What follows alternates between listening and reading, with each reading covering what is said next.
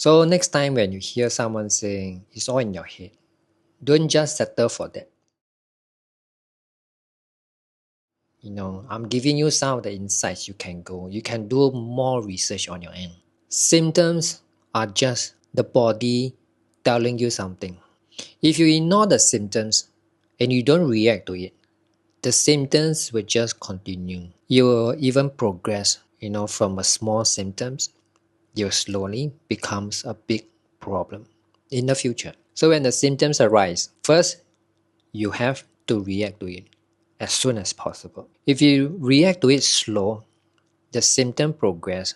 When you want to treat it or you want to prevent it on a later stage, it becomes harder. So it'd be better if you just, treat the symptoms now. So next time you won't spend a lot of money to treat for a bigger problem. Never settle for it's all in your head. It's never a diagnosis. Okay, it's just that they can't come up with any explanation of what level symptoms you're having right now. And in their mind, they are telling themselves it's all in your head. You are just overthinking. It's not a real diagnosis. And they will actually refer you out to other practitioners. They will just refer you out to a psychiatrist. Then what happened? You'll be taking a lot of medications. They will actually tell you a lot of things. Then the more they tell you, you will presume that you are also having these real mental issues. You will develop this anxiety. Then slowly you'll progress to depressions. Now, because no one can hear you, can hear what you say, they will just think that you are just overthinking. It's not the real thing. What I meant is you are having a chain of symptoms and the doctors can't actually know what you are talking about. It usually happens when you visit a doctor's office. You tell them your symptoms, your complaints, and they will just review everything, and they will ask you to go for a series of tests related to the symptoms you're having. But when the test came back and it says normal, so they would say that your blood work is normal, your test result is normal, but I don't know why you have these symptoms you are complaining about.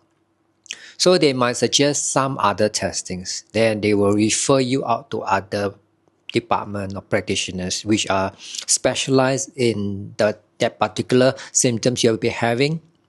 So they will refer you out from here and to there and to there, and it's ongoing. Some people, like for myself, I used to have these mold issues, mold symptoms, but none of the doctors in Singapore can actually know what I'm talking about. And I just go for the test and the result came back normal. So I'm just wondering, if you happen to stay in a country where there's no more literate doctors, what should you do? I can give you some of my personal experience so that you can know where is your next step and where you should head for in order to help yourself and to resolve the mold symptoms inside your body, inside your sinus. Different doctors, they will go for different testing because there's too much functional labs in the world. And there's different labs, different type of tests. You will require different range, the range they're looking at. One, the common one is the hospital using, the normal standard range. Okay, what you have that falls between this range, they will say, you looks normal, the test result came back normal. There's another one which is the lab range. Okay, so if you go for lab A, the range will be 10 to 20. You go for lab B, it might be 12 to 22. Different labs have different range. That's all. There's also a functional range, which they're using a very narrow bell curve, which target only specifically healthy individuals. The normal standard range used by the doctors, used by the hospitals, are based on sick people. I think it's based on an average status. They will just come up with this. Then every year, this standard range might change, or every few years they will change based on the health status of this particular range of people, the sick people. They are not taking the results from healthy individuals, and healthy individuals don't go and see a doctor.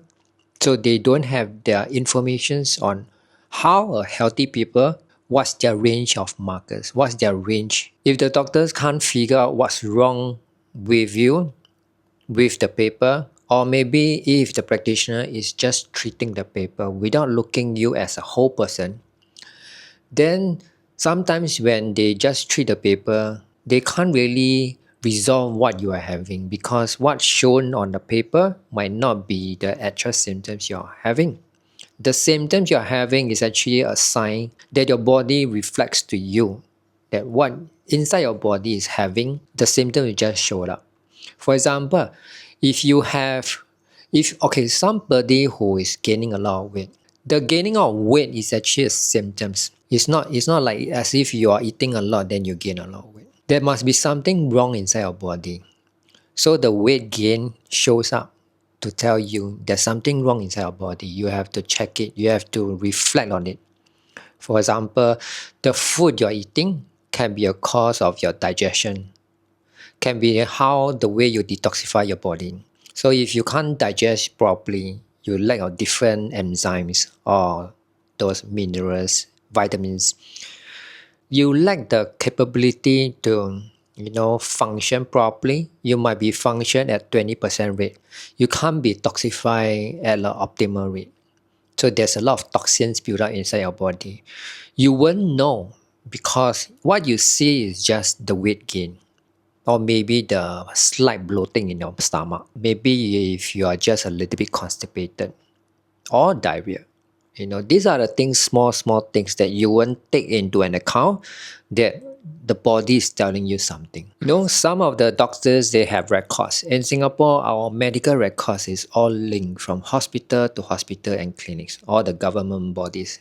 They have all the informations. So when some doctors look at your medical records and review your medical records and shows that you visited quite a few doctors and complain all these symptoms you are having, and none of the doctors prior before these doctors can actually resolve you, this doctor, the practitioners might come to a conclusion that maybe it's just all in your head. It's not the real thing. You might feel that okay, you have this pain here and maybe you have this ache here. When they can't give you a definite diagnosis, they will just refer out.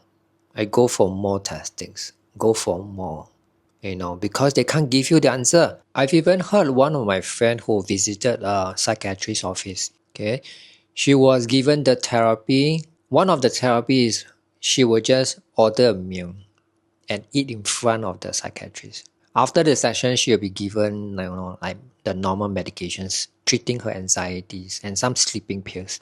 She has been suffering this for many years. She can't resolve it. And I did mention to her that this is just one of the symptoms she's having because her body is reflecting to her there's something wrong inside. The mood disorder, the mood issues is usually linked with the protein. If you can't digest the essential proteins, the essential amino acids your body needs, you affect how your mood, your behavior, even your temper. Okay, this is why it relates to a lot of these young children having these ADHD issues. Even someone who can't sleep well or can't get into sleep at night. It can be an active infection, can be a lot of things. So I don't usually just see a specific symptoms. It's a link. When you have this, you cascade to another system. You cascade downwards. It's like a waterfall. You don't just see the pool of water underneath the waterfall. You have to climb up to the top. When you are at the top, you will see a better view, a clearer picture what's happening on top of the waterfall. That means there might be some blockage, like wooden logs. There's something going on upstream. So when there's something wrong upstream, the pool of water underneath will be having the issues, will be having all this problem. It brings down the water, you pass down certain streams, the channel, then come back to the pool of water. And it comes to a point that you actually believe that this overthinking is an issue of yourself. That you think that you have this anxiety, the depressions, which, when you visited so many offices and all the doctors are telling you the same thing. When they keep on telling you that you have nothing wrong inside your body, but you still having all these issues. So there's this saying that the tendency to believe something is true after hearing or reading repeatedly That's the illusion truth effect. What I've learned is that there's usually something going on inside our body. You have to find the underlying issues. Most of the functional doctors will just term it as the root cause. You have to find the root cause. Yes, sometimes you have to find the root cause, but you have to treat everything, the whole system, the body system as a whole. Then all these individual symptoms will just go by itself.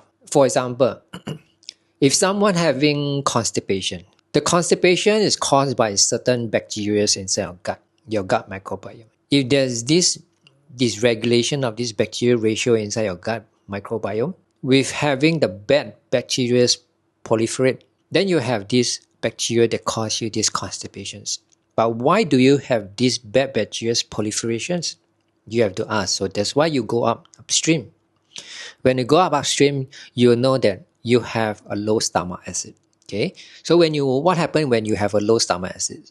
When you have a low stomach acid, you can't digest your food. You can't break down your food into smaller particles. Lower stomach acid also can't function very well in killing bacteria. Then you have to ask yourself again, why does you have the low stomach acid? Is it because the pancreas doesn't secrete enough enzymes to stimulate the stomach acid? That's why you have to look at, all this. See, from the colon, the small intestines, the stomach, then the pancreas. Then what's next? Why does your pancreas doesn't secrete enough enzymes? Is it because of your hormones, your stress level?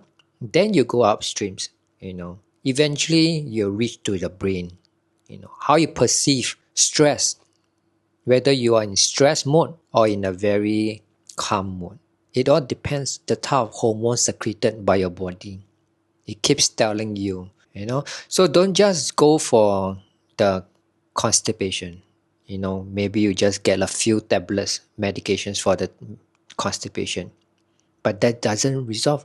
You have this constipation this day. After taking the medication, you'll be well for a few days. But this constipation will just come back repeatedly. Every few days you have it. Or maybe it's ongoing. If you just keep on looking at this constipation, it doesn't help you. What I've learned is that it's usually not just one single cause. I tend to look at the whole picture, including the hormones, the immune system, digestion, detoxifications, the energy productions, the nervous system, and the oxidative stress. Everything have to look at the whole picture. I give you an analogy. If you are a CSI officer and you visited a crime scene and you see a dead body in the living room and probably a knife or an axe on the floor, you don't presume that the murderer is using that knife to instantly kill the victim. As a CSI, you will just go all around the whole house. You will inspect the living room. You will inspect all the bedrooms, all the washrooms. There's a front yard, there's a backyard. There's maybe a storeroom or maybe a basement. You detect everything. Just imagine the whole house is your body and the living room is just maybe your stomach. So you go to the living room, you go to the bedroom, to the other rooms. The other rooms might be, what's that? Your immune system, your digestion, your detoxification. Just look at all the areas before you come to a conclusion, that the victim is dead is because due to something else. It might be they are having some sins inside the bathroom. So these are the causes. You can't just base on, the knife. Yes, okay, it's been stabbed. The victim is being stabbed by the murderer. That's all. Yeah, we can go back. No, you don't see just one area. It's also another same thing that if you're driving, if your car is having some problem, you don't just go overhaul, just go service, or maybe just change the engine oil. Whereby your car is giving you a lot of problem when you drive in, drive out every day. So you just go for an overhaul.